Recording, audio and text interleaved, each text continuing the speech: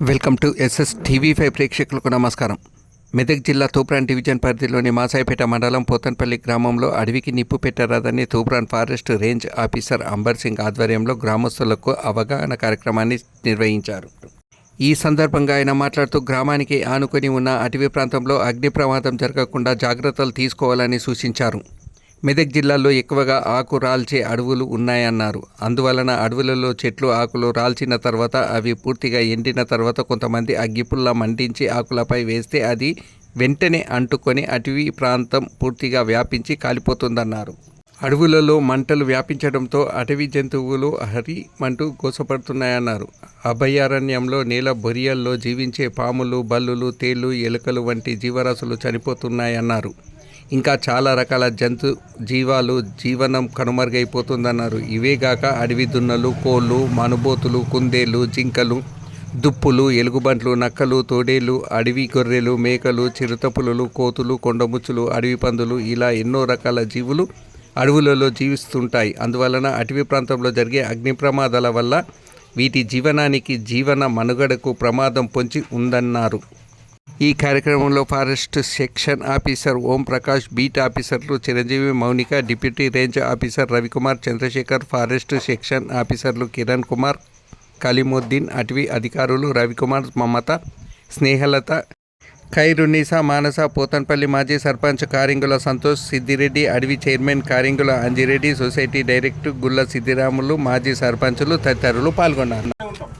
ఇప్పుడు అడవిలో ఎక్కువగా ఏముంటుంది, గ్రాస్ ఉంటుంది, గడ్డి జాతులను ఏం తింటాయి, గడ్డి తినే జాతులు గడ్డి తిని వస్తాయి. గడ్డి జాతి తిన్న తర్వాత మాంసాహారం అంటే మాంసం తినే ఆటలు, ఒకటి శాకాహార జంతువులు, మాంసాహార జంతువులు ఒకదానిపై ఒకటి డిపెండ్ అయి ఉంటుంది అన్నమాట. డిపెండ్ అయి ఉండడం వల్ల మనం ఏ ఒక్క దానికి చిన్నగా ఇన్సిడెంట్ జరిగినా అందరికీ ప్రమాదం జరిగే అవకాశం ఉంటుంది. ఇప్పుడు మనం అందరం వ్యవసాయదారులు, మన దగ్గర వ్యవసాయదారులకు ఏముంటుందంటే పొలాలు వేసిన తర్వాత ఎక్కువగా ఎలకలు డ్యామేజ్ చేస్తుంటాయి మన పొలాలను. ఎలకలు కొరికేస్తాయని చెప్పేసి అంటాం కదా, ఎలకలు డ్యామేజ్ చేస్తుంటాయి. ఎలకలు ఏం తింటాయి, గడ్డిని తింటాయి. ఎలకలు ఏం తింటాయి, పాములు తింటాయి. పాములు ఏం తింటుంది, గడ్డలు తింటాయి. అంటే ఒకదాని మీద సర్కిల్ ఏది ఎక్కువ తక్కువ అయినా బ్యాలెన్సింగ్ అనేది తప్పుతుంది. బ్యాలెన్సింగ్ తప్పడం వల్ల మనకు హాని అనేది జరుగుతుంది. అలాంటివి జరగకుండా ఫారెస్ట్కు హాని జరగకుండా మనము అందరం ఉండాలనే ఉద్దేశంలో ఫారెస్ట్ నుంచి మనము మంచి ఇప్పుడు దగ్గర ఉన్నాం కాబట్టి ఒక మంచి ఆక్సిజన్ పొందుతాం ఫారెస్ట్ ఉండడం వల్ల. ఇది ఎలా ఉంటుందంటే ఫారెస్ట్ ఎక్కువగా ఉంటే అసలు యాక్చువల్ ఏంటంటే దాదాపు 10 సంవత్సరాలు ఇంతకుముందు 10 yearsలో హరితహారం అనే ప్రోగ్రాం పెట్టడం జరిగింది 2015లో. ఆ హరితహారం ప్రోగ్రాం పెట్టడం వల్ల 230 కోట్ల మొక్కలు పెట్టినాం మనం.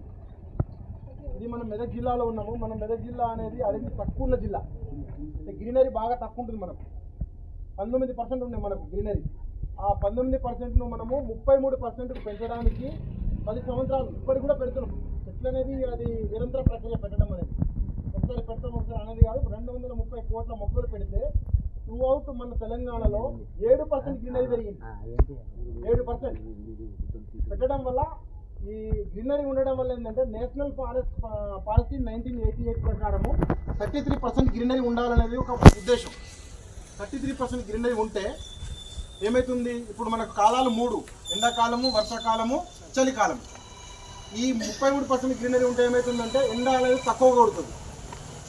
33% గ్రీనరీ ఉంటే వర్షం ఎక్కువగా కురుస్తుంది. 33% గ్రీనరీ ఉంటే చలి అనేది తక్కువ ఉంటుంది. అంటే బ్యాలెన్సింగ్ ఉంటుంది అన్నట్టు. ఏది బ్యాలెన్సింగ్ కాకుండా ఆ 33% ఉద్దాలనే ఉద్దేశంతో గవర్నమెంట్ ఆ హరితహారం ప్రోగ్రాం పెట్టి చెట్లు పెట్టడం జరిగింది. ఆ ఉద్దేశంలో ఇప్పుడు ఏంటంటే మనకు మెయిన్గా ఈ టైంలలో మనం పెడుతున్న చెట్లు కొంతవరకు బతుకున్నాయి, ఒక 80% 70% బతుకున్నాయి. దానంతటా అవే మొలకున్న చిన్న చిన్న రీజనరేషన్స్, చిన్న చిన్న మొలకలు వస్తున్నాయి.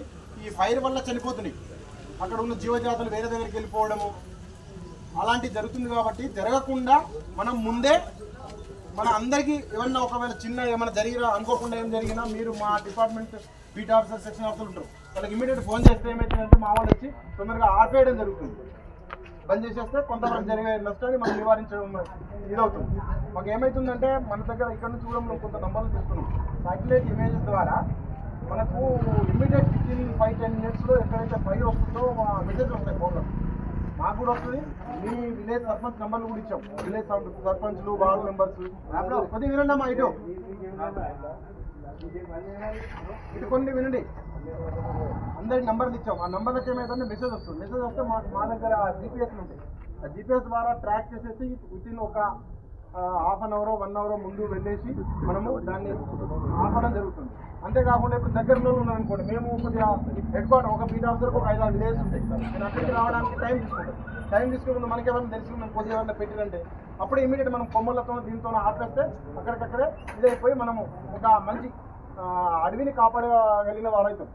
కాబట్టి మీరందరూ ఈ మన ఫైర్ కాకుండా మన చుట్టుపక్కల ఉన్న అడవే కాకుండా ఇంకోటి పొలాలలో కూడా ఇప్పుడు కొత్తగా